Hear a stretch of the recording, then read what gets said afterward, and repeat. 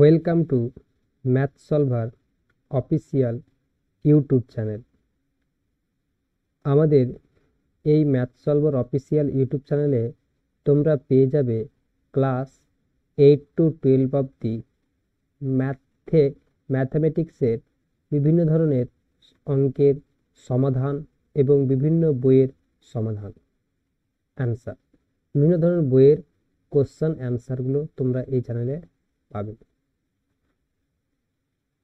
তবে আমরা এই ভিডিওতে আলোচনা করব মাধ্যমিক যে গণিত প্রকাশ দশম শ্রেণী আমাদের পশ্চিমবঙ্গ মধ্যশিক্ষা পর্ষদের যে গণিত দশম শ্রেণীর যে গণিত প্রকাশ বই রয়েছে, সেই গণিত প্রকাশ বইয়ের আমরা সমাধানগুলো নিয়ে আলোচনা করব এবং তার পাশাপাশি আমরা মাধ্যমিকে প্রিপারেশনও করব। গণিত সাবজেক্টের আমরা মাধ্যমিকের চ্যাপ্টার ওয়াইজ চ্যাপ্টার ধরে ধরে আমরা শুধু চ্যাপ্টারের ডিটেলসও দেখব এবং অঙ্কে কিভাবে এই অঙ্কগুলো করতে হবে, কিভাবে আমাদের শর্ট পদ্ধতিতেও করতে হবে, কিভাবে আমাদের এক কথায় সমস্ত ডিটেলসে আমরা আলোচনা করব।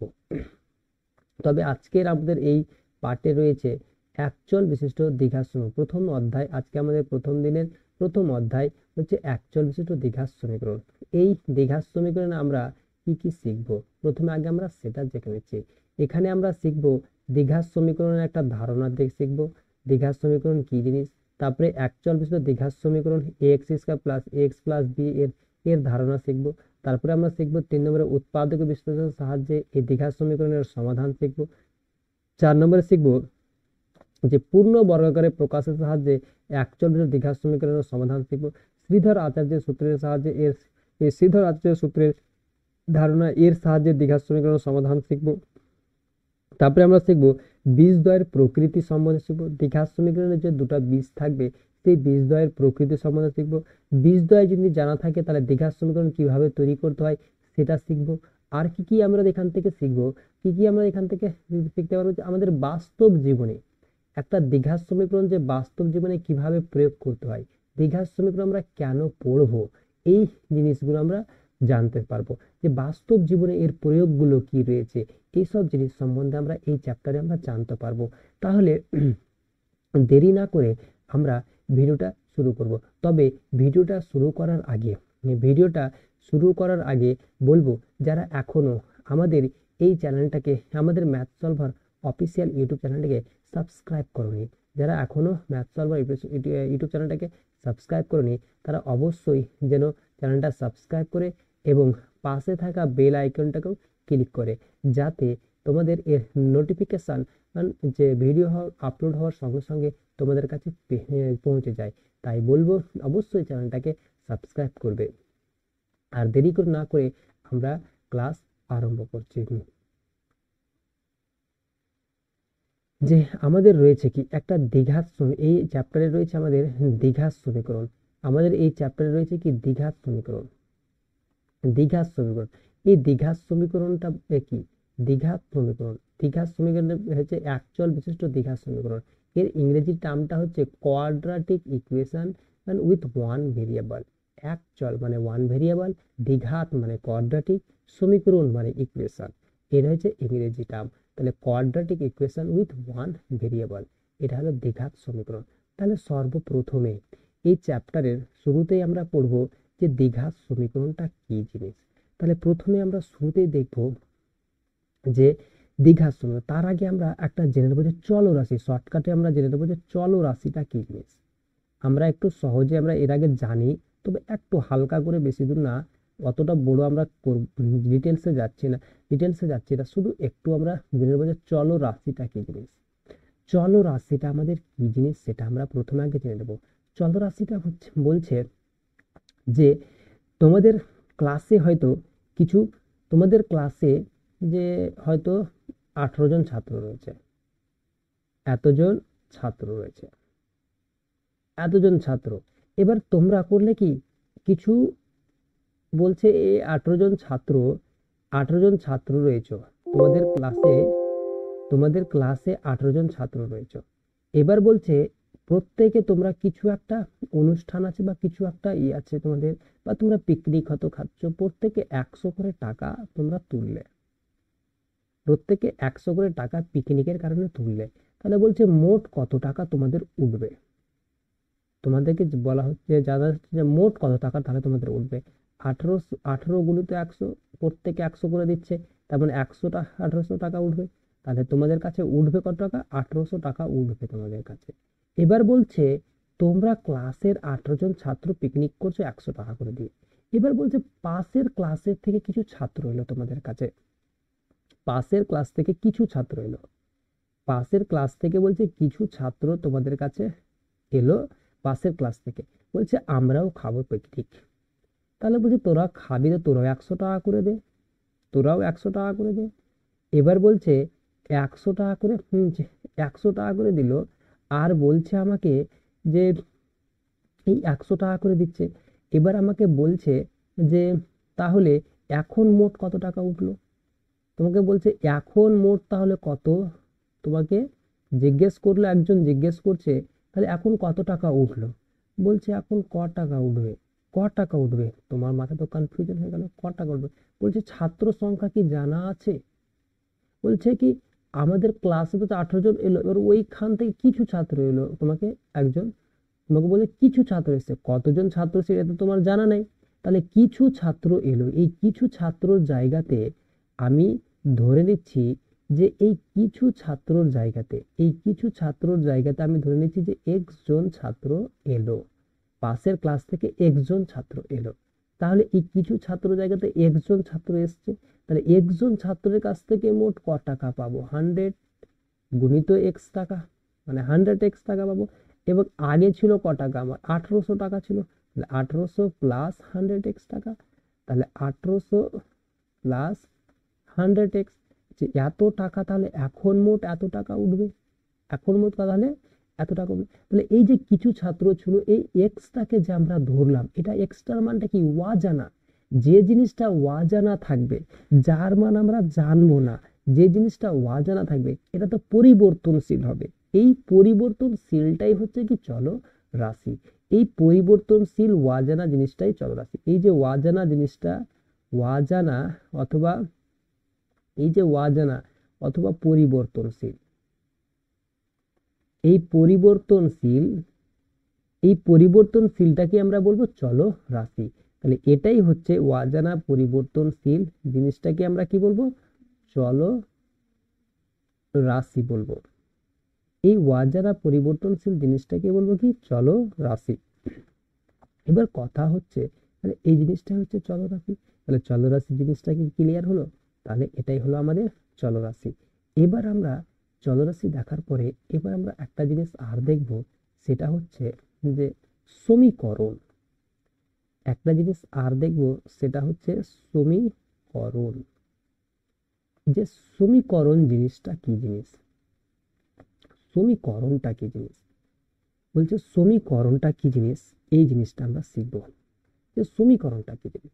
বলছে তোমরা যে টাকা তুলেছিলে, তোমরা যে ক্লাসে টাকা তুলেছিলে, বলছে তোমরা ক্লাসে 18 জন ছিল, 100 টাকা করে দিলে 1800 টাকা পেলে। তারপরে বলছে কিছু ছাত্র পাশের ক্লাস থেকে এলো, তারাও 100 টাকা করে দিল, তাহলে 100 টাকা পেলে। দুজনে মিলিয়ে তাহলে দুটো ক্লাস মিলিয়ে মোট, এখন মোট তাহলে দুটো ক্লাস মিলিয়ে মোট কত টাকা হলো? উঠলো 1800 প্লাস এক্স টাকা। বলছে এত টাকা উঠলো।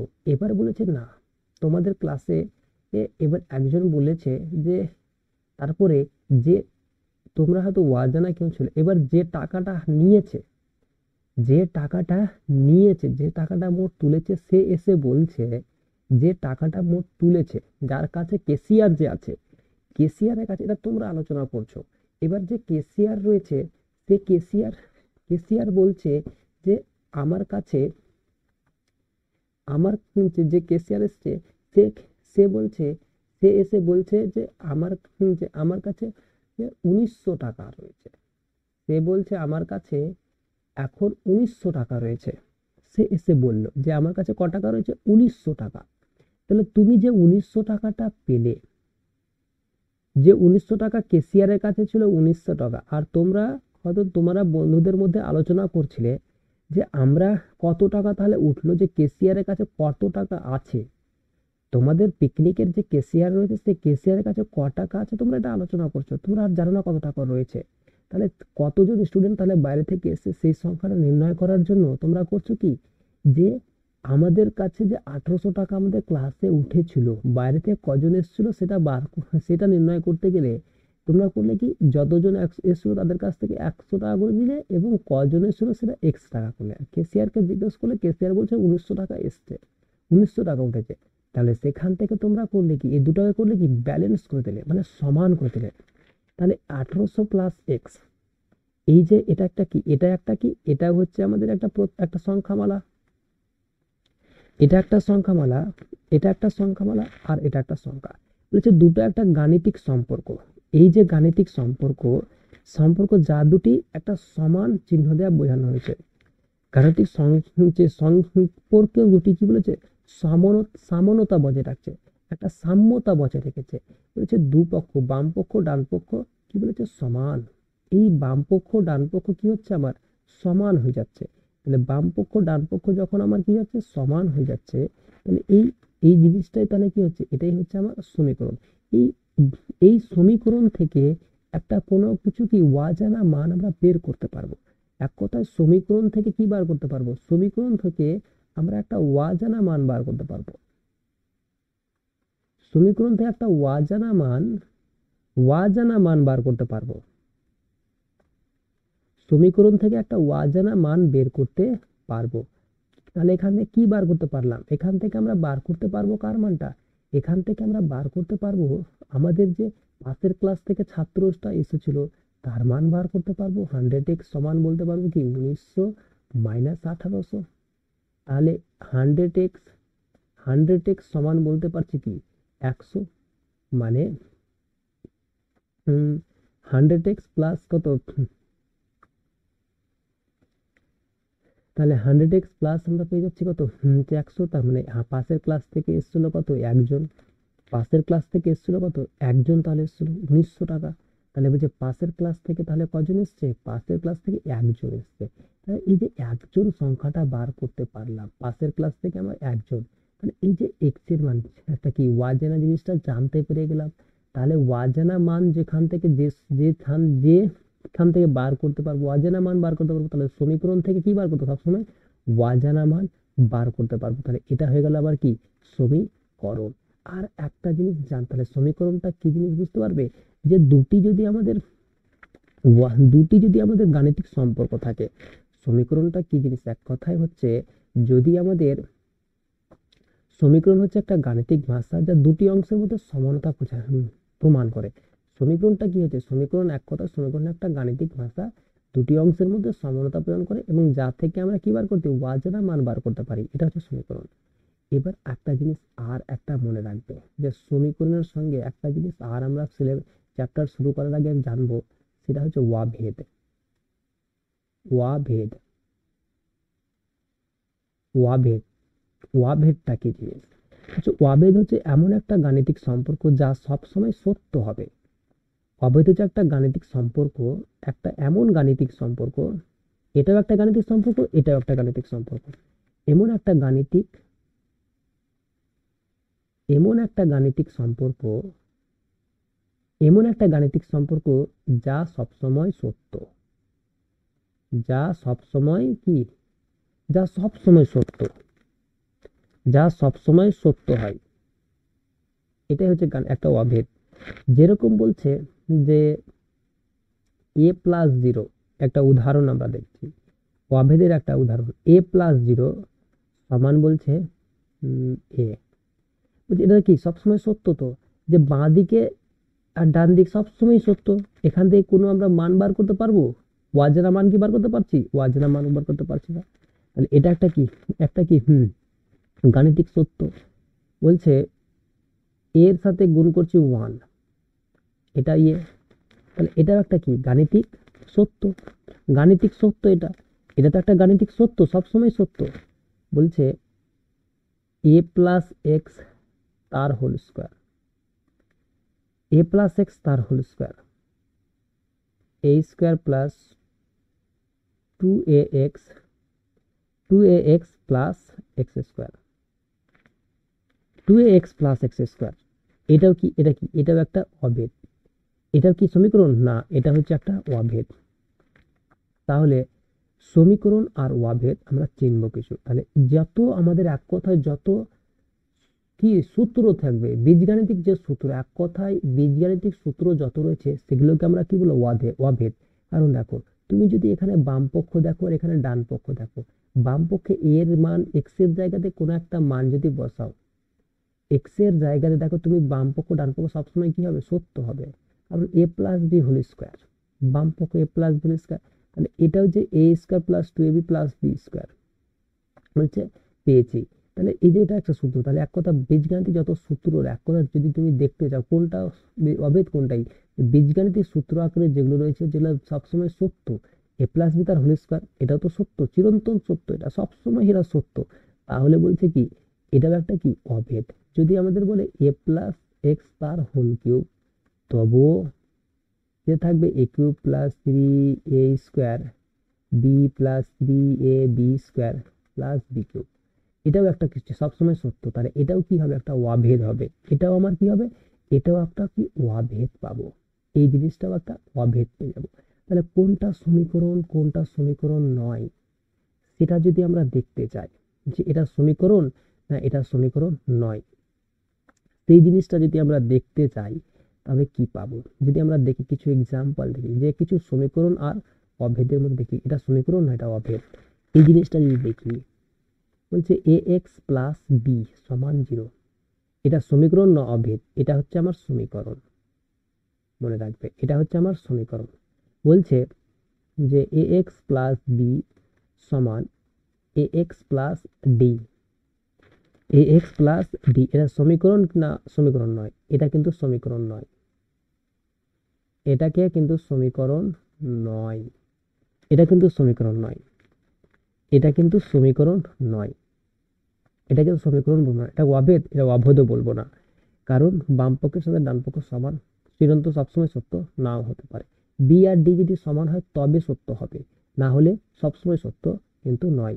তাহলে এটা একটা সমীকরণ নয়, এটা অবৈধ নয়, তো সমীকরণ নয়। এবার বলছে যে একটা আমি আর ইকুয়েশন বলছি, যে বলছে 4x প্লাস 8, 4x প্লাস 8, তাহলে এখান এটা সমান আমি লিখলাম 4 ইন্টু এক্স প্লাস 2। তাহলে বাম পক্ষ যেটা সেটাকে তো আমরা এইভাবে লিখতে পারি। তাহলে বাম পক্ষ ডান পক্ষ সব সময়কার জন্য সত্য, এটা তো সব সময়কার সত্য, এটা তো সব সময়কার জন্য সত্য। কিন্তু এইখানে কিন্তু সব সময়কার জন্য সত্য না, এই এক্স এর সাথে এক্স কিন্তু কেটে যাবে। এখানে কিন্তু সব সময়কার জন্য, এখানে কিন্তু সব সময়কার জন্য কিন্তু সত্য না। এক্স এর সাথে এক্স যদি এখানে কেটে যায়, বি আর ডি এর মান সবসময় কিন্তু একই হতেও পারে নাও হতে পারে, ওই কারণে এটা সমীকরণ নয়, অভেদ নয় এটা। কিন্তু এটা কিন্তু অভেদ, এটা হয়ে যাচ্ছে আমার অভেদ, এটা হয়ে যাচ্ছে কি আমার অভেদ, এটাকে আমরা বলবো কি? অভেদ। আর একটা যদি আমরা দেখি যে অভেদের একটা উদাহরণ আর বলছি তোমাদের, যে এক্স প্লাস 2 তার হোল স্কোয়ার সমান বলবো x square plus 4x plus 4, এটাও কি? এটাও কেউ বলবো কি? দেখো বাম পক্ষের সাথে ডান পক্ষ A square plus 2b plus B square, A square plus 2b plus B square, তো এটা করা আছে। তাহলে বাম পক্ষ দেখো এটা সূত্র একটা হয়েছে, ডান পক্ষটা সূত্র তো, তাহলে এটাও একটা কি? এটা সবসময়ের জন্য সত্য, সত্যর কারণে এটা হয়ে যাচ্ছে কি? অভেদ। এটা হয়ে যাচ্ছে কি আবার? অভেদ। এটাকে বলবো কি? অভেদ। এটাকে আমরা কি বলবো? অভেদ। তাহলে অভেদ আর সমীকরণ জিনিসটা তোমাদের ক্লিয়ার হয়েছে। তাহলে অভেদ দেখলাম, আর আমরা কি দেখলাম? সমীকরণ কি জিনিস সেটা দেখলাম। এবার এই সমীকরণটা আমরা দেখলাম কি? চলরাশি, আমরা দেখলাম কি? চলরাশি দেখেছি। এবার এই যে চলরাশি এক্স যে চলরাশি দেখেছিলাম, এটা কিন্তু হতে পারে, এটা সমীকরণ অভেদ সব দেখলাম। এবার এই যে চলরাশিগুলো দেখেছিলাম, আমরা যে শুরুতে যে চলরাশিগুলো দেখেছিলাম, এই চলরাশিগুলো এই চলরাশিগুলো দুই রকম, এই চলরাশিগুলো এরকম হতে পারে। তাহলে চলরাশিগুলোর মধ্যে আমরা দেখছি যে এক চল বিশিষ্ট চলরাশি, এক চল বিশিষ্ট চলরাশি, আমরা দেখব এক চল বিশিষ্ট চলরাশি, এক চল বিশিষ্ট চলরাশি কোনগুলোকে বলবো? যে এক চল বিশিষ্ট চলরাশি কোনগুলো, যে আমরা দেখব এক চল বিশিষ্ট চলরাশি, এক চল বিশিষ্ট চলরাশি। আমরা দেখব একচল বিশিষ্ট চলরাশি। একচল বিশিষ্ট চলরাশি কোনগুলোকে বলবো? বলছে একচল বিশিষ্ট চলরাশি হচ্ছে সেগুলো চলরাশি যেগুলো একটি মাত্র মান নির্ণয় করে। যেসব ধরো দেওয়া আছে যে 4x, এখানে কি, এখানে একটা মাত্র মান অজানা দেওয়া আছে। এই সংখ্যামালাতে একটা মাত্র মান দেওয়া অজানা আছে, তার জন্য বলছে কি এদের 4 তো জানা মান, তাহলে কি একটা মাত্র অজ্ঞাত মান রয়েছে, এটা হচ্ছে একচল বিশিষ্ট চলরাশি।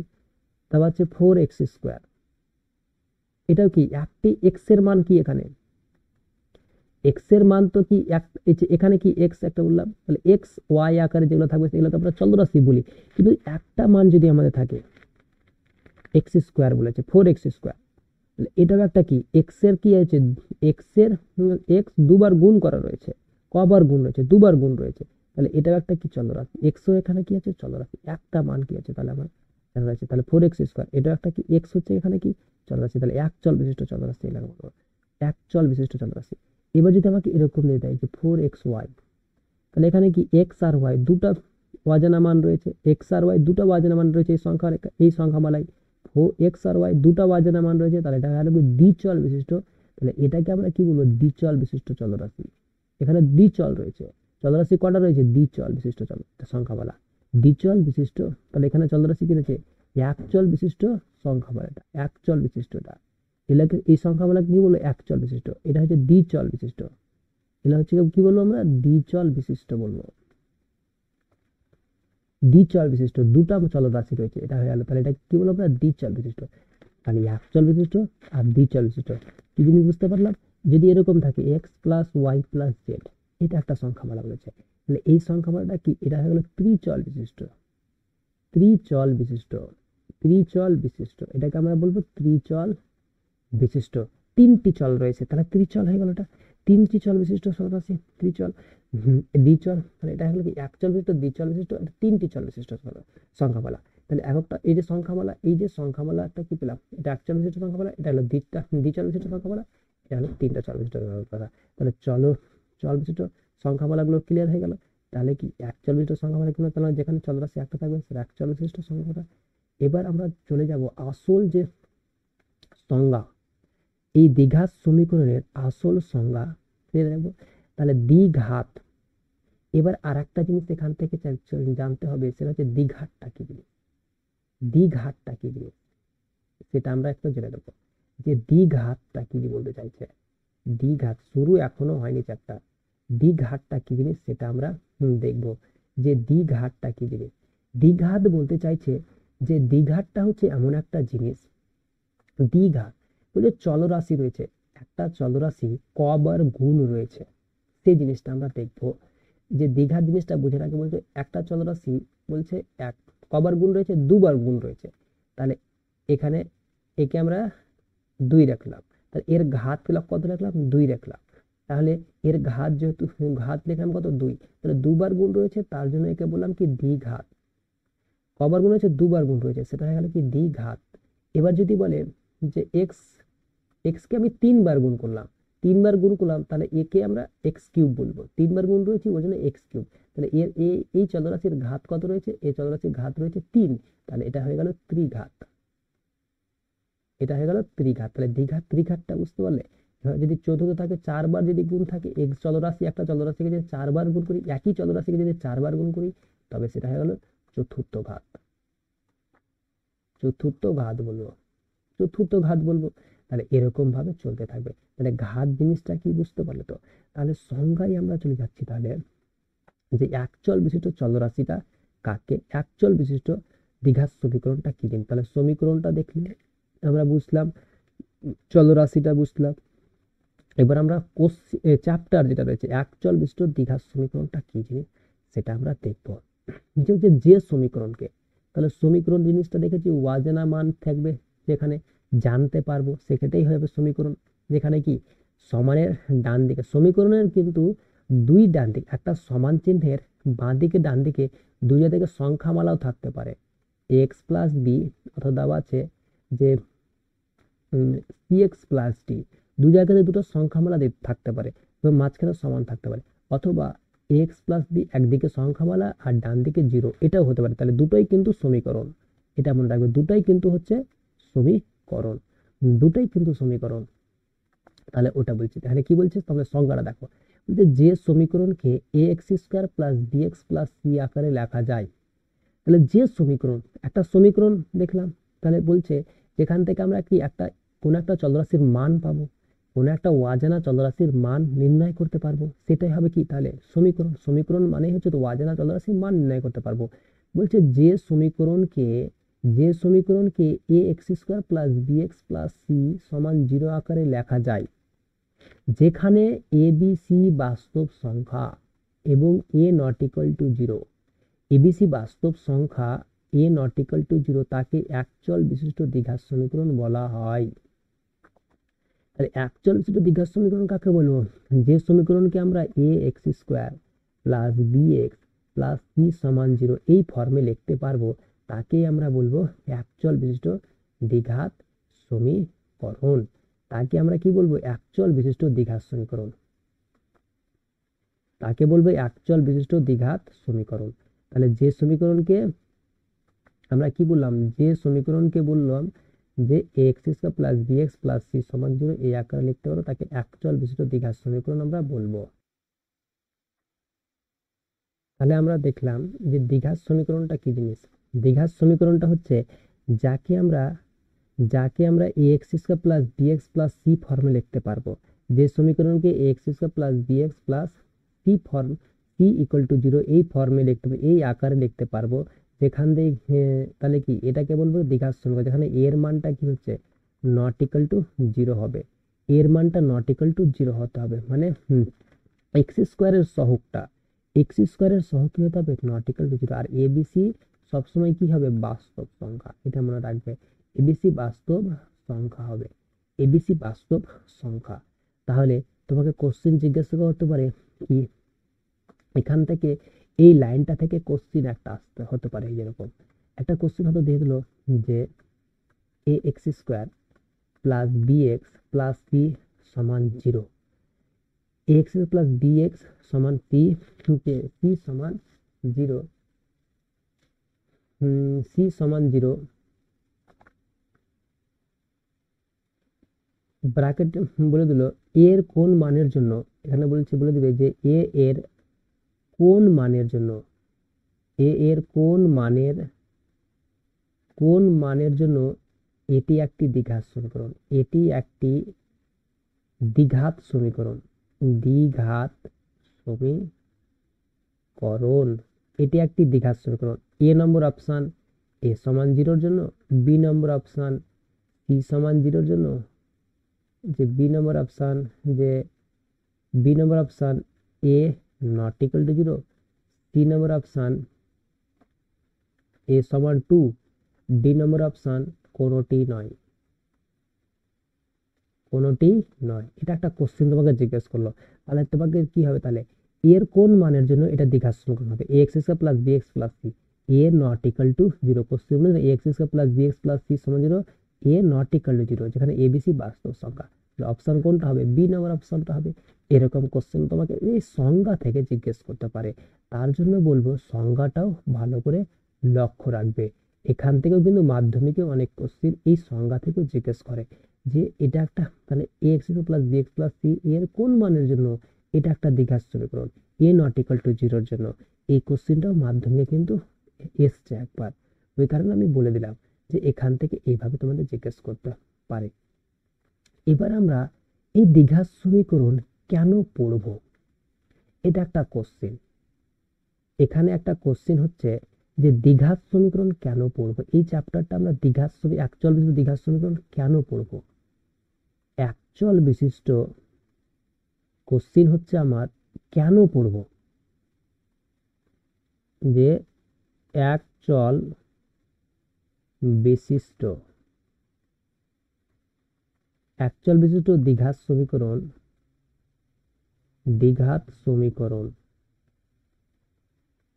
দ্বিঘাত সমীকরণ কেন পড়বো, কেন পড়বো, এটা হচ্ছে কোশ্চেন আমরা একটা।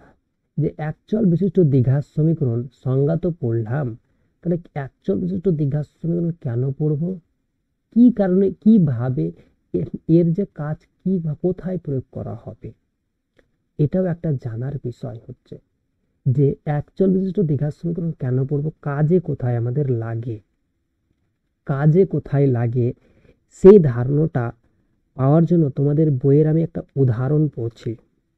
এই ধারণাটা বোঝানোর কারণে তোমাদের বইয়ের উদাহরণ পড়ছি, কারণ বই তো সব বই, যে কোনো বই তুমি পড়ে বুঝতে পারবে, কিন্তু অঙ্ক বই পড়তে গেলে একজন টিচার বা একজন গাইডের একজন গাইডার, যে একজন গাইড থাকবে, একজন গাইডের তোমার সাহায্য দরকার, একজন গাইডের সাহায্য দরকার, যে তোমাকে গাইড করতে পারবে। তাহলে বলবো অঙ্ক বই পড়া, যে কোনো একজন, সবাই পড়ে অঙ্ক বই কিন্তু পড়ে বুঝতে পারবে না, অন্য গল্পের বই আর কিছু বই তুমি পড়ে বুঝতে পারবে, কিন্তু বিশেষ করে অঙ্কের বই সবাই পড়ে কিন্তু বুঝতে পারে না কি বলতে চাই। তাহলে আমার আমরা একটা বইও পড়তে শিখবো, প্লাস অঙ্ক করতে শিখবো। বলেছে এই চ্যাপ্টারটা কেন পড়বো, একচল বিশিষ্ট দ্বিঘাত সমীকরণ কেন পড়বো, কোথায় দরকার পড়বে, কিভাবে আমাদের দরকার পড়বে সেই জিনিসটা বলছে। একটা আমি উদাহরণ তোমাদের কাছে নিচ্ছি। এখানে একটা বলেছে, একটা উদাহরণ বলেছে, বলেছে ধ্রুবদের বাগানে যতগুলি নারকেল গাছ ছিল প্রতি গাছ থেকে তার থেকে একটা বেশি নারকেল পাড়া হয়েছে। যতগুলি নারকেল গাছ ছিল, একটা ভাষা, অঙ্ক হচ্ছে, আমি তো শুরুতেই বলছি যে অঙ্ক হচ্ছে একটা ভাষার কে কি বলে, একটা ভাষাকে চিহ্নর সাহায্যে ম্যাথামেটিক্যাল রিপ্রেজেন্ট করা, একটা ভাষাকে ম্যাথামেটিক্যালি রিপ্রেজেন্ট করার নামই হচ্ছে অঙ্ক। একটা ভাষাকে ম্যাথামেটিক্যালি রিপ্রেজেন্ট করাটাই হচ্ছে আমাদের একটা অঙ্ক বলবো।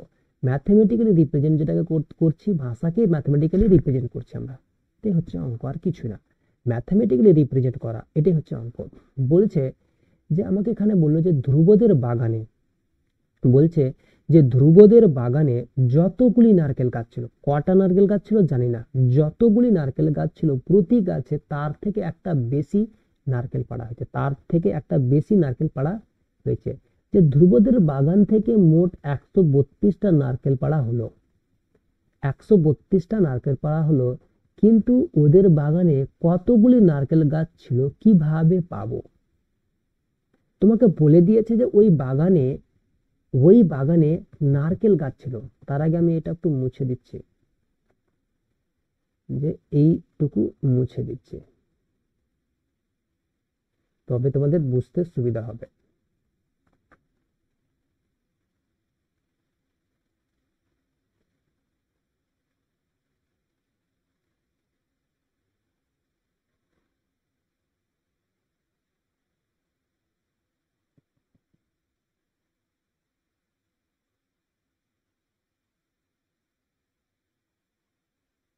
তাহলে আমাদের লক্ষ্যটা কি ছিল, যে আমরা দ্বিঘাত সমীকরণ কেন পড়বো, এটাই তো বলছিলাম।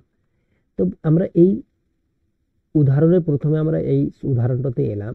বলছিল আমাদের এই উদাহরণটাতে বলেছিল যে একটা বাগান আছে, সেই বাগানে কিছু গাছ রয়েছে, যে একটা বাগান রয়েছে, সেই বাগানে কিছু গাছ রয়েছে, এগুলো ধরলাম গাছ, মানে কিছু গাছ রয়েছে, কটা গাছ রয়েছে, গাছের সংখ্যা আমাদের বলছে, গাছের যে সংখ্যাটা রয়েছে, এই গাছের সংখ্যাটা আমাদের অজানা রয়েছে, গাছের সংখ্যাটা বলছে অজানা রয়েছে, গাছের সংখ্যা আমাদের অজানা রয়েছে। বলছে এই গাছের সংখ্যাটা আমাকে জানতে হবে, যে কটা গাছ আমার রয়েছে এই বাগানে। তাহলে এই ভাষাটা আমাকে বলেছিল কি, ভাষাটা আমাকে বলেছিল এই প্রথম লাইনটাকে দেখো, ভাষা বলছে, ধ্রুবদের বাগানে যতগুলি নারকেল গাছ ছিল প্রতি গাছে তার থেকে একটা বেশি নারকেল পাড়া হয়েছে, তার থেকে একটা বেশি নারকেল পাড়া হয়েছে। এখানে ভাষার ব্যাপার, ভাষা বলছে গাছে নারকেল গাছ বাগানে যটা গাছ রয়েছে, প্রতি গাছ মানে এককটা গাছে তার থেকে একটি বেশি নারকেল পাড়া হয়েছে। গাছের সংখ্যা যত থাকবে বাগানে, তার থেকে প্রত্যেকটা গাছে একটা নারকেল বেশি পাড়া হবে। আর বাগানে মোট নারকেল পাড়া হয়েছে কটা, মোট নারকেলের সংখ্যা আমাকে দেওয়া রয়েছে, যে মোট নারকেল হচ্ছে মোট নারকেল পেড়েছে কটা? মোট নারকেল আমাকে বলে দিয়েছে, মোট নারকেল পেড়েছে 132টি। 132টা নারকেল সে পেড়েছে, মোট নারকেল পেড়েছে 132টা। তাহলে বলছে গাছের সংখ্যাটা কত? তাহলে এই গাছের সংখ্যাটা কিভাবে পাবো? গাছের সংখ্যা কি আমি বলতে পারবো আমি যে 132টা নারকেল পেড়েছে, তাহলে মোট কতটা? তাহলে এই যে গাছের সংখ্যাটা আমার অজানা রয়েছে, এই অজানা জিনিসটাকে আমাকে কি বার করতে হবে। এই অজানা জিনিসটাকে বার করতে গেলে আমাকে একটা সমীকরণ আমরা পাবো। যে অজানা জিনিসটাকে, এই অজানা জিনিসটা বার করব কোথা থেকে বার করব? আমরা প্রথমে সমীকরণ বলে সমীকরণের সংজ্ঞায় পড়েছিলাম যে সমীকরণ থেকে কি কিছু অজানা জিনিসকে জানা যায়, সমীকরণ থেকে কিছু অজানা জিনিসকে জানা যায়, সমীকরণ থেকে কি কিছু অজানা জিনিসকে জানা যায় সমীকরণের সাহায্যে, সমীকরণের সাহায্য থেকে কিছু অজানা জিনিসকে জানা যায়। তাহলে ওই কারণে আমরা এই দ্বিঘাত সমীকরণটা পড়বো। এখানে দ্বিঘাত পাবো, ঘাত আমরা দুটো পাবো, এখানে দ্বিঘাত পাবো, ঘাত আমরা দুটো। কিভাবে পাচ্ছি সেটা আমরা দেখবো। যে গাছের সংখ্যা যদি তোমার এক্সট্রা হয়, যেমন এখানে আমরা এখানে তোমাদের ধরেছিল যে ধ্রুবদের বাগানে এক্সটি নারকেল গাছ ছিল, ধ্রুবদের বাগানে এক্সট্রা নারকেল গাছ ছিল, এক্স খানা নারকেল গাছ সে ধরে নিয়েছে যে ধ্রুবদের বাগানে এক্সটি নারকেল গাছ ছিল। এটা সে ধরে নিল যে ধরি গাছের সংখ্যাটা আমরা এক্সট্রা ধরে নিচ্ছে, যে বাগানে গাছের সংখ্যা এক্সটি, এক্সট্রা নারকেল গাছের সংখ্যা। এবার বলছে যে প্রতি গাছে, আমাদের ভাষাতে বলছে যটা গাছ থাকবে তার থেকে প্রত্যেকটা গাছে একটা নারকেল বেশি। তাহলে প্রতি গাছে নারকেল পাড়া হয়েছে কটা? একটা বেশি, x+1টি নারকেল পাড়া হয়েছে। আমাদের কোশ্চিনে যেটা আমাদের বলা ছিল সেই জিনিসটা বলছে। তাহলে গাছে নারকেল পাড়া হয়েছে কটা? x+1টি। তাহলে মোট নারকেল সংখ্যা কটা হবে? যদি তোমার 3টা গাছ হয় তাহলে একটা গাছে 4টা করে নারকেল পাড়াবে। তাহলে মোট নারকেল কটা? 3টে গাছে 4টা করে নারকেল পাড়ে, তাহলে মোট নারকেল কটা হবে? 3 গুণিত 4 করতে হবে, 3 4 12টা পাবো। তাহলে সেরকমই একটা গাছে এক্সট্রা গাছ সংখ্যা রয়েছে, একটা গাছে x+1টা নারকেল পাড়া হয়েছে। তাহলে মোট নারকেলের সংখ্যা কি? x × x+1, x × x+1 যে নারকেলের সংখ্যাটা, সেটার সাথে কি আমাদের দেওয়া ছিল মোট নারকেলের সংখ্যা 132টা, তার সাথে কি হয়ে যাবে? সমান হয়ে যাবে। তাহলে শর্তানুসারে x × x+1 এটাই 132। এখান থেকে যদি আমি x কে x এর সাথে গুণ করি তাহলে পাবো x² + x সমান 132, সমান 132।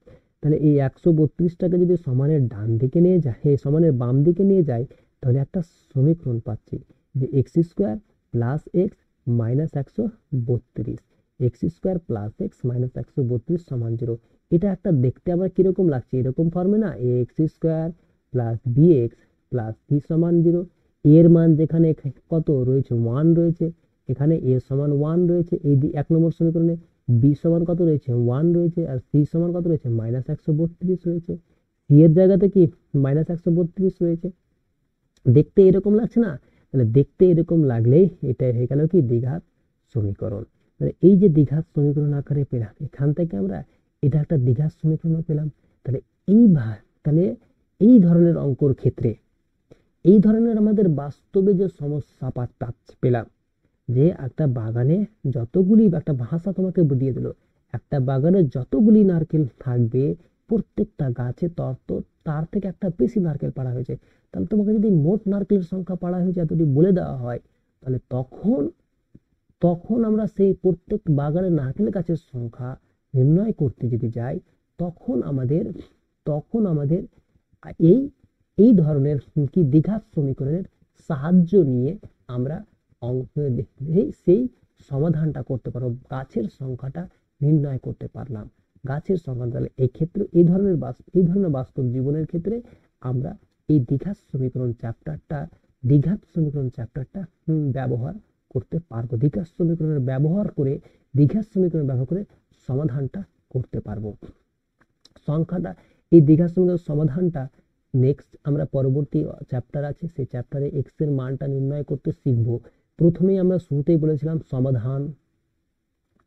বলেছিলাম এই দ্বিঘাত সমীকরণের সমাধানও শিখবো, তাহলে আমরা একটু পরে শিখবো। এখন আমরা শিখছি যে কোথায় কোথায় কাজে লাগে এই দ্বিঘাত সমীকরণগুলো, সেটা আমরা এখন শিখছি। এবার আরেকটা বাস্তব জীবনের আরেকটা উদাহরণ আমরা দেখব, যে একটা উদাহরণ আর দেখছি, যেটা হচ্ছে একটা উদাহরণ আর আমরা দেখছি যে বাস্তব জীবনে আমাদের কোথায় আর এই দ্বিঘাত সমীকরণটা কাজে লাগতে পারে। একটা উদাহরণ দিয়ে তো কনসেপ্ট ক্লিয়ার নাও হতে পারে, তার জন্য বেশ কিছু উদাহরণ আমরা দেখব। এবার আমাদের উদাহরণ হচ্ছে 2 নম্বর উদাহরণ। 2 নম্বর উদাহরণ বলছে ধ্রুবদের আয়তাকার বাগানের দৈর্ঘ্য। ধ্রুবদের আয়তাকার বাগানের দৈর্ঘ্য আছে, বাগানের দৈর্ঘ্য প্রস্থের চেয়ে 5 মিটার বেশি। বলছে ওদের বাগানে যে নারকেল গাছ ছিল, সেই বাগানটার আমাকে দৈর্ঘ্য দিয়েছে আর প্রস্থ বলেছে।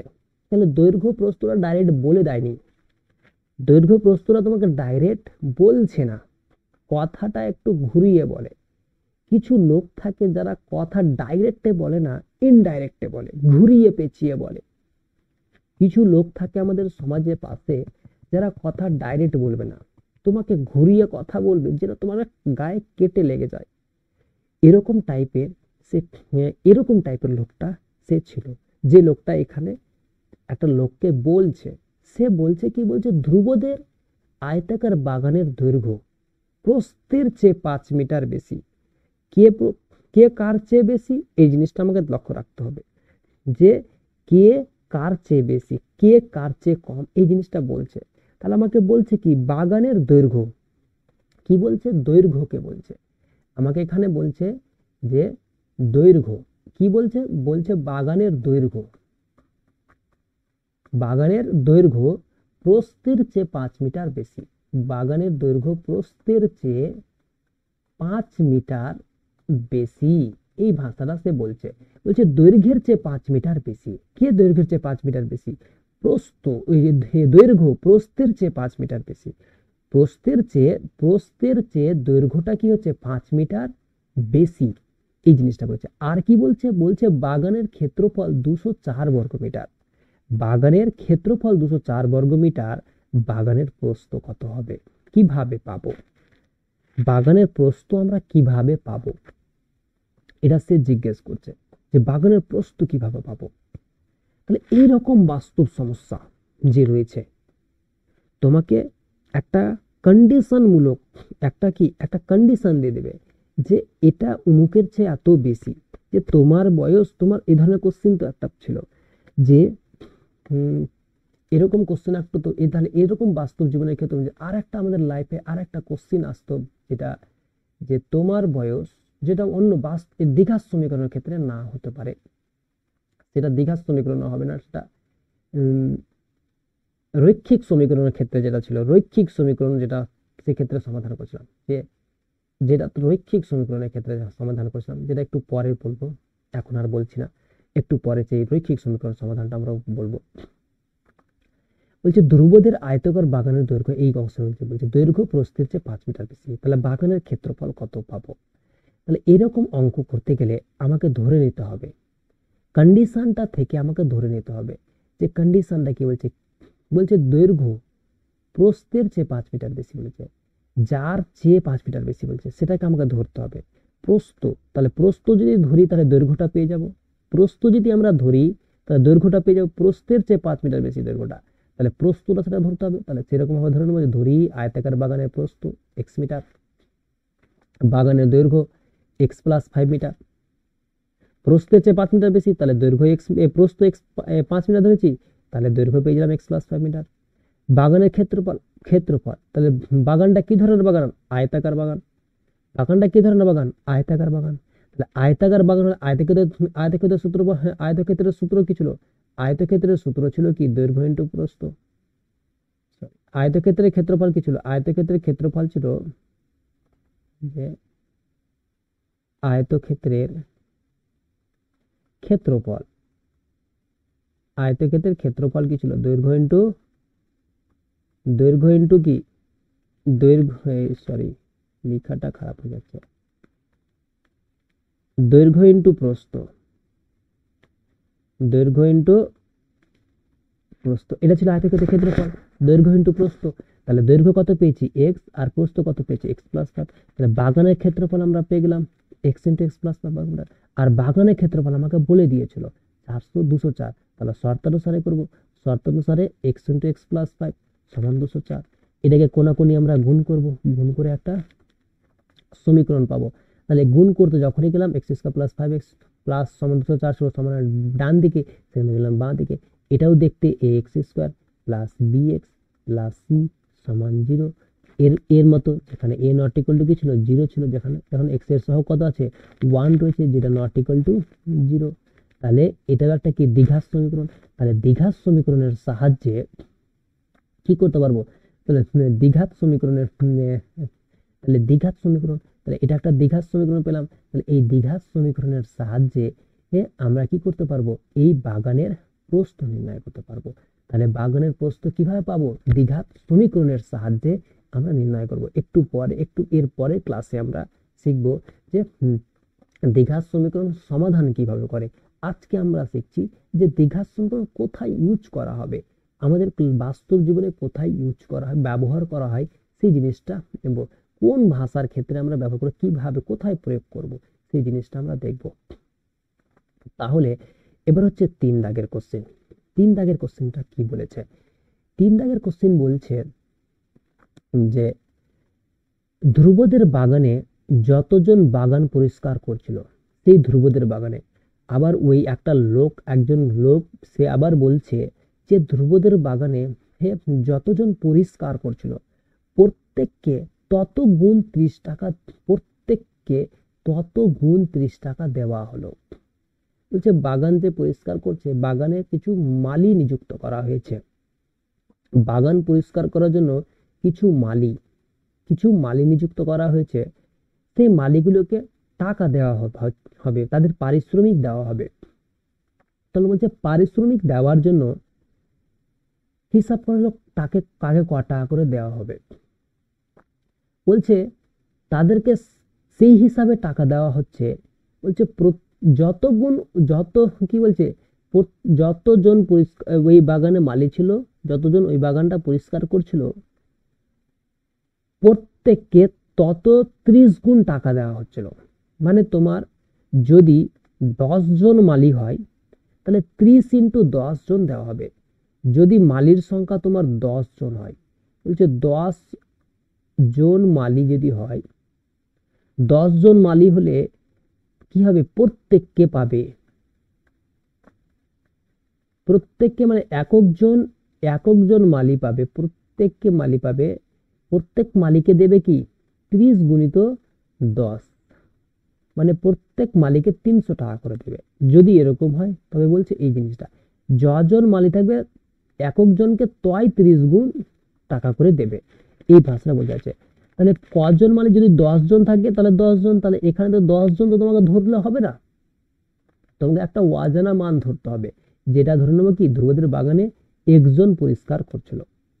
আবার দিয়েছিল যদি মোট 1080 টাকা দেওয়া থাকে, মোট টাকা কত টাকা দিয়েছে সেটা বলে দিয়েছে, যে মোট কত টাকা দিয়েছে সেটা বলে দিবে, যে এত টাকা দেওয়া হয় তবে কতজন বাগান পরিষ্কার করেছিল সেটি পাবার জন্য সমীকরণটা তৈরি করি। তবে সেটা কিভাবে পাবো, সেটা পাবার জন্য কার সাহায্য নিতে হবে, এই ধরনের ইকুয়েশন, এই ধরনের জিনিস আমাদের সলভ করতে গেলে এই দ্বিঘাত সমীকরণের সাহায্য নিতে হবে। যেখানে এই সমীকরণটা যদি করতে যাই কিভাবে পাবো সেই জিনিসটা দেখি। তাহলে কি হবো, বাগানে মোট একজন পরিষ্কার করছিল, একজন পাচ্ছে মানে প্রত্যেককে পাচ্ছে কি এক্স ইন্টু 30 মানে 30x টাকা, প্রত্যেককে পাচ্ছে কি 30x টাকা করে পাচ্ছে। বলছে একজন যদি 30x টাকা পায়, একজন 30x টাকা করে যদি পায়, মোট ছিল কি একজন, তাহলে মোট কত টাকা তাহলে মালিক বাগানের মালিকগুলোকে দেবে 30x গুণিত x, এত টাকা তাহলে সে দেবে। তাহলে 30x, তাহলে মোট টাকা দিয়েছে কি 30x ইন্টু x মানে 30x স্কোয়ার টাকা। এই 30x স্কোয়ার টাকা সাথে কি এই 1080 টাকার সাথে সমান, 30x স্কোয়ার সমান হয়েছে 1080, এখান থেকে x স্কোয়ার সমান 36, x স্কোয়ার সমান -36, এটাও তো ax square plus bx plus c এর সাথে সমান, যেখানে b এর মানটা কি আছে 0 রয়েছে, কিছু নাই, মানে এখানে কি x এর মান এক্স এর মান 0 রয়েছে, এখানে এ মান কিন্তু 1 রয়েছে, এক্স ওয়ালা টার্ম তো নাই, তাহলে বি এর মানটা কি হবে 0 হবে। তাহলে এই যে সমীকরণ, এটাও একটা কি, এটাও একটা দ্বিঘাত সমীকরণ। তাহলে যদি এই ফর্মে না হয়ে আমার ফর্মটা কিরকম রয়েছে, এখানে এখানে রয়েছে এ এক্স স্কোয়ার প্লাস সি সমান 0, এখানে বি এর মানটা নাই 0 রয়েছে, এরকম ফর্মে থাকলেও সেই সমীকরণটা কি বলবো, দ্বিঘাত সমীকরণ। এক কথায় তাহলে এখান থেকে আমরা বুঝতে পারলামটা কি, এই যে দ্বিঘাত সমীকরণগুলো দেখলাম, তাহলে এখান থেকে বুঝতে পারলামটা কি, এখান থেকে বোঝা গেল যে কোনগুলো দ্বিঘাত সমীকরণ হচ্ছে আর কোনগুলোকে দ্বিঘাত সমীকরণ আমরা বলবো না।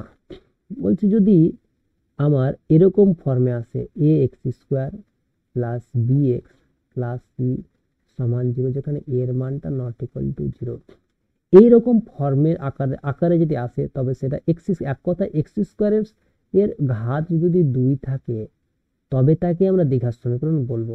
আর যদি এরকম ফর্মে আসে a x square plus C সমান 0, বি এর মানটা উজ্জ্বল রয়েছে, বি এর মানটা এখানে নাই, বি নাই, তার মানে বি নাই মানে এটাকে এর ভাবও বলতে পারি, বি নাই এখানে, এখানে এক্স এর সহগ এক্স ওয়ালা টার্ম নাই, তাহলে এটাও একটা কি দ্বিঘাত সমীকরণ, এটা হচ্ছে দ্বিঘাত সমীকরণ। বলছে এ এক্স স্কোয়ার সমান বি, এটাও একটা কি দ্বিঘাত সমীকরণ, এটাও একটা দ্বিঘাত সমীকরণ বলবো। তাহলে এরকম ফর্মে যদি আসে, তাহলে এই সমীকরণগুলো কি হচ্ছে আবার দ্বিঘাত সমীকরণ। তাহলে দ্বিঘাত সমীকরণ আমাকে চিনতে শিখতে হবে, কোনটা দ্বিঘাত সমীকরণ কোনটা দ্বিঘাত সমীকরণ, সেটা চেনার জন্য আমাকে প্রয়োগ 1 দিয়েছে, তোমরা বাড়িতে করবে, আমি একটু বলে দিচ্ছি, বাকি কোশ্চেনগুলো তোমরা বাড়িতে দেখবে, এখানকার প্রয়োগ 1 গুলো।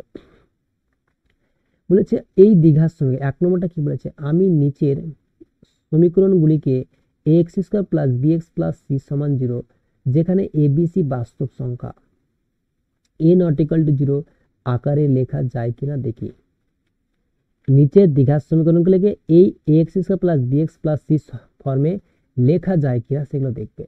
একটা সমীকরণ দিয়েছে, তোমরা খাতাতে তুলবে এটাকে, যে এইভাবে তুলে নেবে যে এক্স প্লাস 1 করে দাও, আচ্ছা আমি একটু দেখে দিচ্ছি, x plus 3 minus x into x plus 2 সমান 15, এটাকে দ্বিঘাত সমীকরণ লেখা যায় কিনা, এই ফর্মে X square plus B x plus C এই ফর্মে লেখা যায় কিনা দেখবে। এখানে গুণ করবে, এক্স স্কোয়ার এক্স দ্বারা গুণ করবে এক্স স্কোয়ার, প্লাস এক্স দ্বারা গুণ করবে 3x, প্লাস 1 দ্বারা গুণ করবে x plus 3, minus x square গুণ করবে মাইনাস প্লাস মাইনাসে মাইনাস 2x সমান 15। তাহলে কি পাচ্ছি দেখো, plus X square minus x square কেটে যাচ্ছে, 3x আর একে 4x, 4x থেকে দুটো x বাদ দিলে 2x, প্লাস 3, এবারে ছিল প্লাস 15 সমান মাইনাস 15 সমান 0, তাহলে 2x মাইনাস 12 সমান 0, তাহলে x মাইনাস 6 সমান 0 পাচ্ছি। তাহলে এই যে জিনিসটা পেলাম, এটাই হচ্ছে আমার কি দ্বিঘাত সমীকরণ।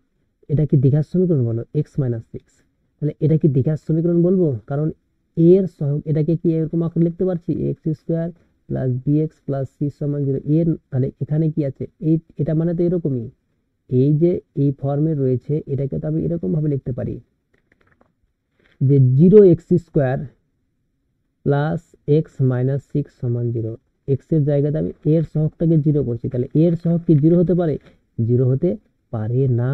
তাহলে এটা কি দ্বিঘাত সমীকরণ, এটা দ্বিঘাত সমীকরণ নয়, এটাকে কি বলবো, এটাকে বলবো আমরা রৈখিক সমীকরণ, এটা আমার দ্বিঘাত সমীকরণ নয়, এটা হয়ে যাচ্ছে রৈখিক সমীকরণ, এটা হয়ে যাবে রৈখিক সমীকরণ, এটাকে দ্বিঘাত সমীকরণ বলবো না, এটাকে কি বলবো, রৈখিক সমীকরণ বলবো। এক্স এর ঘাত যদি 1 হয় তবে সেটা হবে রৈখিক সমীকরণ, সেটা কি ধরনের সমীকরণ, রৈখিক সমীকরণ, আর ঘাত 2 হয়ে গেলে সেটা হয়ে যায় দ্বিঘাত সমীকরণ। তাহলে এটা হলো, এই হয়ে গেল আমাদের কোশ্চেন, তাহলে এটা বুঝতে পারলে তো, এই জিনিসটা আমাদের হয়ে গেল। এবার 2 নম্বর কোশ্চেনটা তোমরা দেখবে, দেখো 2 নম্বর কোশ্চেনটাও একই রকম ভাবে গুণ করবে এক্স স্কোয়ার প্লাস 3x, তাহলে এটাকে তুলবে, প্রথমে এটাকে তুলবে, তোলার পরে এটাকে সমানের কি 5 দ্বারা গুণ করবে, গুণ করে দেবে, গুণ করার পরে এটাকে কি করবে, ডান দিকে সমানের লেফট হ্যান্ড সাইডে যে রাইট হ্যান্ড সাইডে যেগুলো সেটাকে লেফট হ্যান্ড সাইডে নিয়ে আসবে, দেখবে একটা ইকুয়েশন পাবে x square plus 2x minus 10 সমান 0, তাহলে এটা একটা কি, এটা হচ্ছে একটা দ্বিঘাত সমীকরণ, একে আমরা X plus B x plus C ফর্মে লিখতে পারছি। তাহলে এটা একটা দ্বিঘাত সমীকরণ।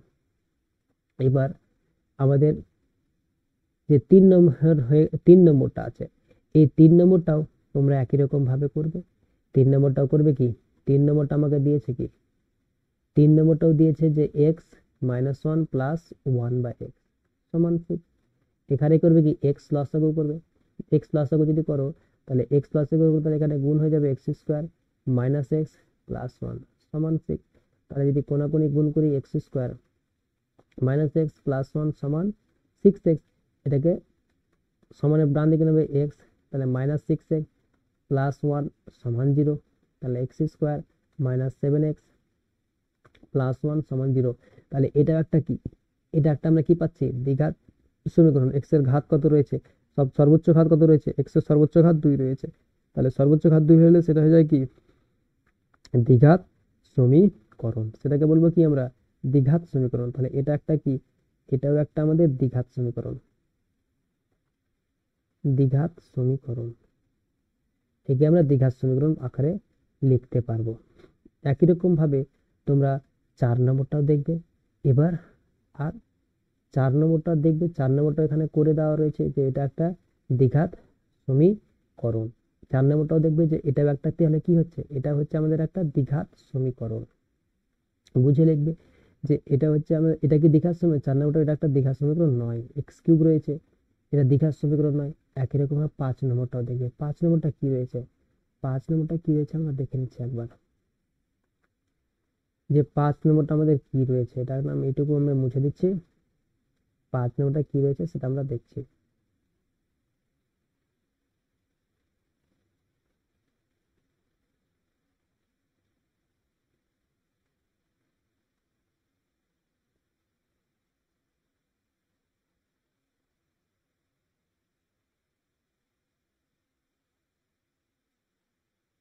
5 নম্বর, 5 নম্বরটা কি রয়েছে, 5 নম্বর বলছে এক্স মাইনাস থ্রি তার হোল কিউব সমান 2x into x square minus one. এটা কি দ্বিঘাত সমীকরণ না দ্বিঘাত সমীকরণ নয় সেটা দেখছি। বলেছে এ মাইনাস বি তার হোল কিউব, হোল কিউবের সূত্র ফেলবে a cube minus three a square B plus three a b square minus b cube, a cube minus three square B plus three b square minus b cube. এটাকে গুণ যদি করি তাহলে পেয়ে যাবে কি 2x কিউব মাইনাস 2x। তাহলে দেখো কি পাচ্ছে এখানে, x cube minus 3 3 9x square plus 3 3 9 9 9 3 9 27 x minus 3 cube 27 সমান 2x কিউব মাইনাস 2x সমানে ডান দিকে বাঁ দিকে আমি নিয়ে চলে আসছি। তাহলে করছে কি এক্স কিউব গুলোকে একদিকে রাখছি, minus 2x cube minus 9x square plus 27x minus হলে পরে প্লাস নিয়ে এলাম প্লাস 2x মাইনাস 27 সমান 0। তাহলে এক্স কিউব থেকে মাইনাস এক্স 2x কিউব বাদ minus x cube minus 9x square 27x আর এদিকে হচ্ছে কত 2x মানে 29x মাইনাস 27 সমান 0। তাহলে দেখো এটা কি, এটা দ্বিঘাত সমীকরণ, এটা দ্বিঘাত সমীকরণ নয়, কিউব তলা চলে আসছে, তাহলে এটাও দ্বিঘাত সমীকরণ, দ্বিঘাত সমীকরণ নয় পেয়ে যাচ্ছি। আমাদের এটা 5 নম্বরটা দ্বিঘাত সমীকরণ নয়, এটা দ্বিঘাত সমীকরণ নয়, দ্বিঘাত সমীকরণ নয়। কোনটা দ্বিঘাত সমীকরণ কোনটা দ্বিঘাত সমীকরণ নয় সেটা আমরা দেখে নিলাম, যে এটা হচ্ছে আমার দ্বিঘাত সমীকরণ, এটা দ্বিঘাত সমীকরণ নয়। এত দূর অবধি আমাদের হলো। এবার আমাদের প্রয়োগ 2 নম্বর। প্রয়োগ 2 নম্বরটা কি বলছে, প্রয়োগ 2 নম্বর বলছে যে আমরা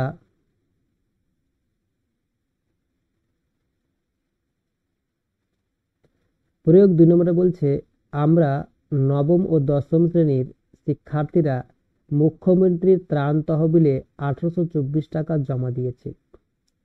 চাঁদা হিসাবে দশম ও নবম শ্রেণীর প্রত্যেক শিক্ষার্থী যথাক্রমে তাদের শ্রেণীর শিক্ষার্থীদের সংখ্যার সমান 50 পয়সা এবং 1 টাকা করে দিয়েছি।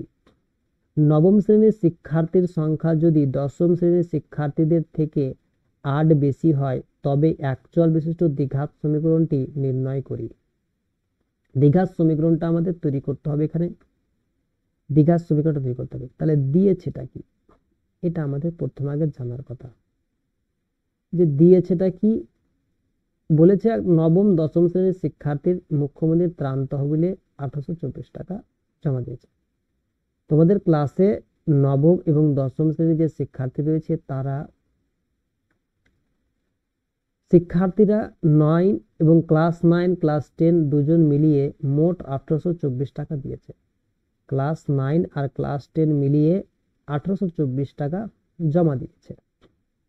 বলছে চাঁদা হিসাবে নবম দশম শ্রেণীর প্রত্যেক শিক্ষার্থী যথাক্রমে, বলছে 9 ছাত্ররা দিয়েছে, দশম এবং নবম শ্রেণীর প্রত্যেক শিক্ষার্থী, তাহলে বলছে দশম শ্রেণীর শিক্ষার্থীরা 50 পয়সা করে প্রত্যেককে দিচ্ছে। নবম শ্রেণীর শিক্ষার্থীরা প্রত্যেককে বলছে কি 1 টাকা করে। মানে যারা ক্লাস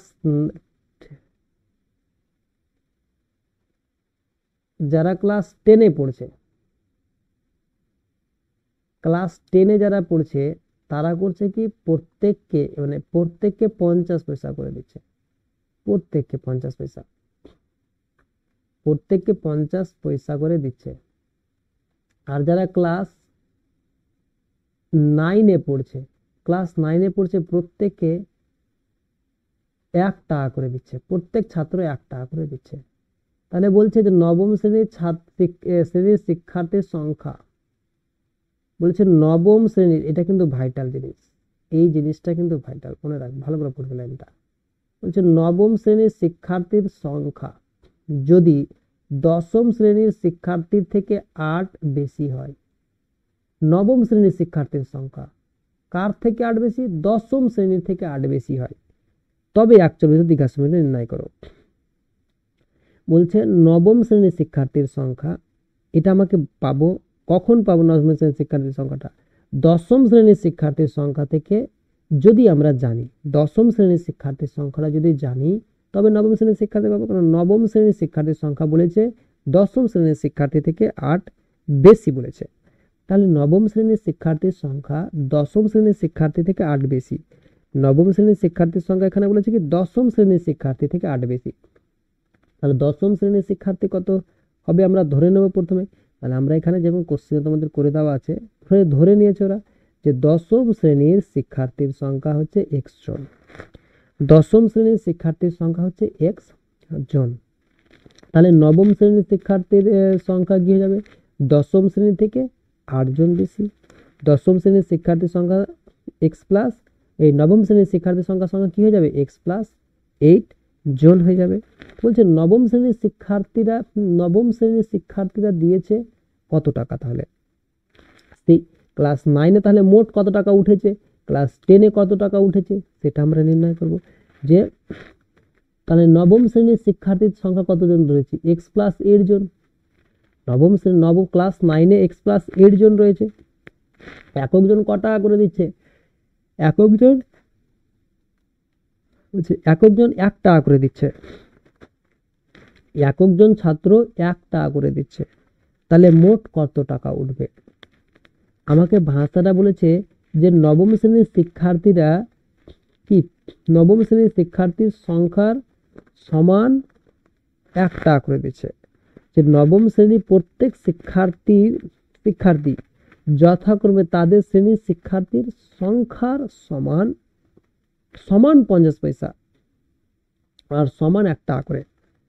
মানে ক্লাস 10-এ প্রত্যেককে এখানে দিচ্ছে না, এখানে বলছে যে প্রত্যেক 9-এ যতজন ছাত্র থাকবে, মানে ক্লাস 9-এ যতজন ছাত্র, 9-এ যদি আমার ক্লাস 9-এ x প্লাস 8 জন ছাত্র রয়েছে, তার মানে একক জন ছাত্র x প্লাস 8-এর 1 টাকা করে দেবে।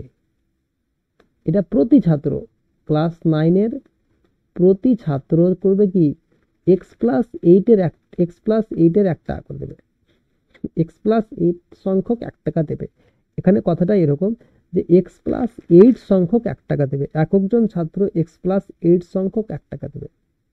মানে যদি আমরা এই x প্লাস 8 সংখ্যা শুনতে খারাপ লাগছে, একটু যদি আমি আলাদাভাবে জিনিসটা ভাষাটা বলি ঘুরিয়ে, যে ক্লাস 9-এ ধরো 5 জন ছাত্র আছে, ক্লাস 9-এ 5 জন ছাত্র আছে, তাহলে 5 জন যদি ছাত্র থাকে, প্রতি ছাত্র, তাহলে একক জন ছাত্র কত টাকা করে দিবে, বলছে অত 1 টাকা দেবে যত জন ছাত্র রয়েছে। 5 জন ছাত্র রয়েছে, তাহলে 5টা 1 টাকা দেবে, 5টা 1 টাকা দেবে, 5টা 1 টাকা দেবে। 5 জন ছাত্র রয়েছে মানে 5টা 1 টাকা দেবে। বলছি যদি 7 জন ছাত্র থাকতো, 60টা 1 টাকা করে দেবে, একক জন ছাত্র 60টা 1 টাকা করে দেবে। যদি 10 জন ছাত্র থাকতো, বলছে 10 জন ছাত্র থাকতো, তবেও 10টা 1 টাকা করে দেবে। যে 10 টাকা দেবে বলছে না, ভাষাটা কি বললাম তো, অঙ্ক বলেছিলাম তো, যে অঙ্ক হচ্ছে ভাষার খেল। ভাষাটাকে অঙ্কের সাহায্যে মানে কি সংখ্যার সাহায্যে প্রকাশ করা, ভাষাটাকে আমরা সংখ্যার সাহায্যে প্রকাশ করব। তাহলে এখানে বলছে কি 10 জন ছাত্র 10 টাকা দেবে বলছে না, 10 জন ছাত্র আছে মানে 10টা 1 টাকা নোট দেবে।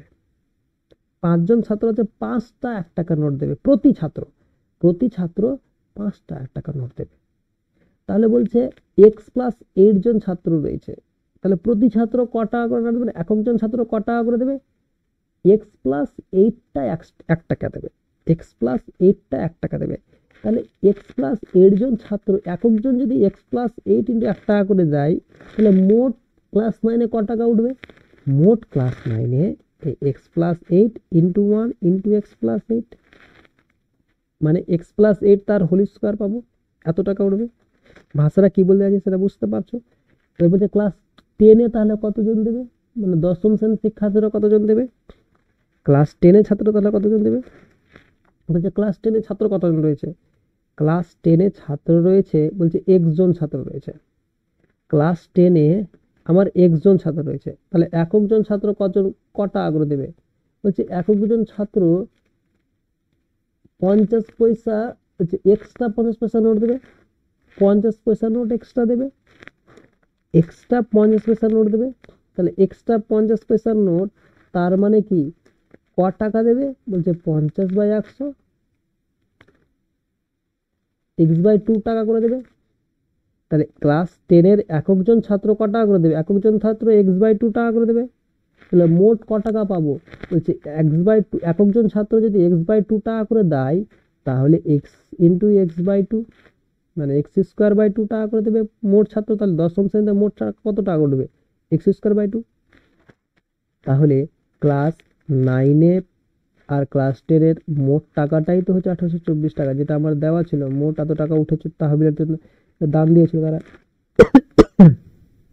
তাহলে এবার এটাকে তোমরা যদি সমাধান করো, লসাগু করবে, সমাধান করবে, সমাধান করে একটা দ্বিঘাত সমীকরণ পাবে, যেটা পাবে সেটাই হবে আমাদের দ্বিঘাত সমীকরণ। এরকম ভাবে প্রয়োগ 3 করে দেওয়া আছে, প্রয়োগ 3 করে দেওয়া আছে এখানকার উদাহরণে।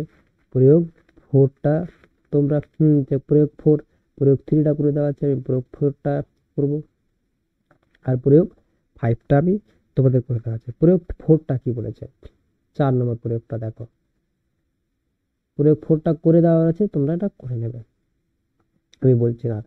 প্রয়োগ 4টা দেখো, বলেছে একটা আয়তক্ষেত্রের দৈর্ঘ্য প্রস্থের চেয়ে 2 মিটার বেশি, ক্ষেত্রফল বলেছে 24 মিটার, বলেছে দৈর্ঘ্য বলেছে প্রস্থের চেয়ে 2 মিটার বেশি।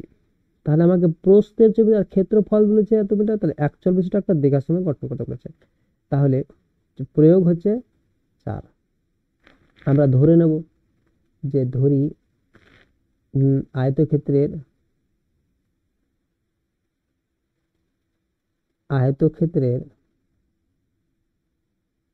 আয়তক্ষেত্রের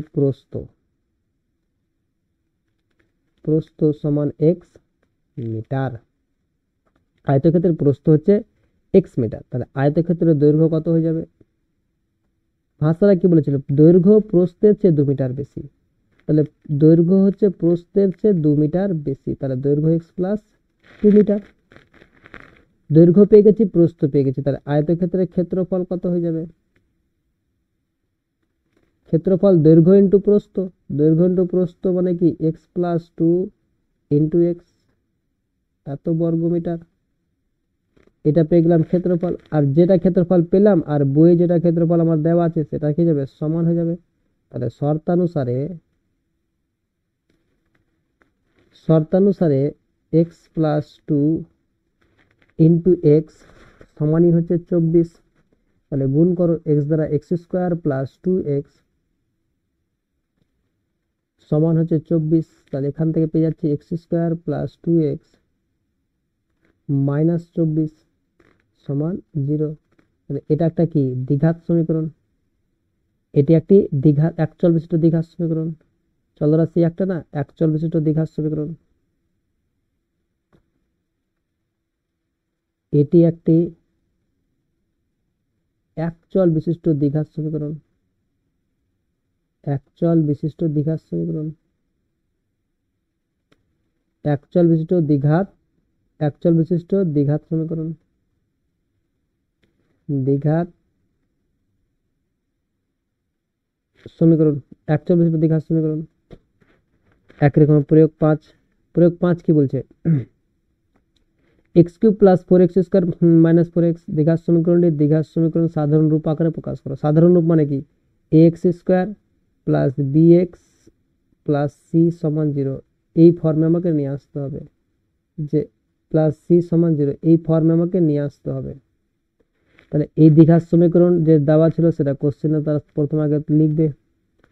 লেখার পরে ডান দিকটা এক্স প্লাস টু তার হোল কিউব, এটাকে সূত্র ফেলবে এ প্লাস বি তার হোল কিউবের সূত্র, a cube plus three a square B plus three a cube plus three a square B plus three a b square plus B cube, এই সূত্র ফেলবে। সূত্র ফেলে এক্স স্কোয়ার এক্স কিউব দেখবে এ x cube আর এ x cube কেটে যাবে। কেটে যাওয়ার পরে দেখবে এক্স স্কোয়ারগুলোকে একদিকে নিয়ে আসবে, আর নিয়ে এসে আবার মাইনাস কমন, এখান থেকে মাইনাস কমন নেবে। মাইনাস কমন নেওয়ার পরে এই লাইনটা পাবে। তাহলে এটা একটা কি X square plus B x plus C, এটা দ্বিঘাত সমীকরণের মতো।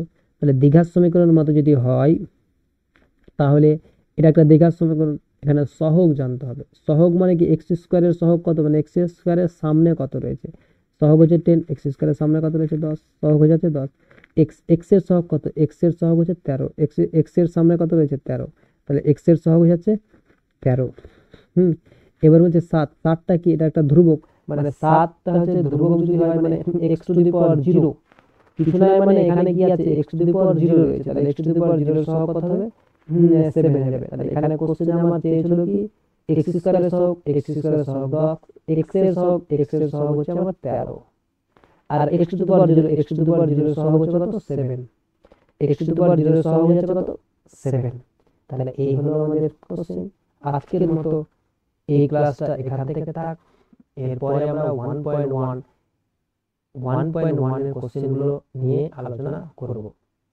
তাহলে আজকে আমরা এখানে, যদি ক্লাসটা তোমাদের ভালো লেগে থাকে, যদি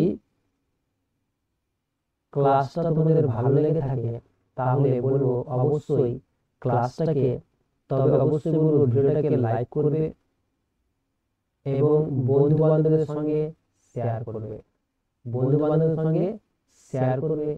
এবং অবশ্যই যারা চ্যানেলটাকে সাবস্ক্রাইব করেনি এখনো পর্যন্ত তারা অবশ্যই চ্যানেলটাকে সাবস্ক্রাইব করবে, পাশে থাকা বেল আইকনটিকে ক্লিক করবে। আর যদি কোথাও কোনো তোমাদের প্রশ্ন থাকে তাহলে অবশ্যই কমেন্টে জানাবে এবং আমাদের এই ডেসক্রিপশনে কিছু লিংক আছে যেটা আমাদের টেলিগ্রাম গ্রুপ আছে, সেখানেও জয়েন্ট হতে পারো। সেখানে আমরা অনেক কিছু পিডিএফ আর কিছু আমরা সেখানে শেয়ার করি, সেখানে তোমরা যুক্ত হতে পারো। আমাদের হোয়াটসঅ্যাপ গ্রুপ রয়েছে, সেই হোয়াটসঅ্যাপ যে চ্যানেল গ্রুপ রয়েছে সেই চ্যানেলেও তোমরা জয়েন্ট হতে পারো। সেখানেও আমরা আমাদের ক্লাসের যে ভিডিও লিঙ্ক, সেই ভিডিও লিঙ্কগুলো আমরা সেখানে শেয়ার করি। তোমরা সেখানে জয়েন্ট হলে তোমাদের আমাদের ভিডিও আপলোড হওয়ার সঙ্গে সঙ্গে যদি ইউটিউবে নোটিফিকেশনও না পাও তাহলে অবশ্যই সেখানে নোটিফিকেশন তোমরা পেয়ে যাবে। তাহলে আজকের মতো এখানে থাক।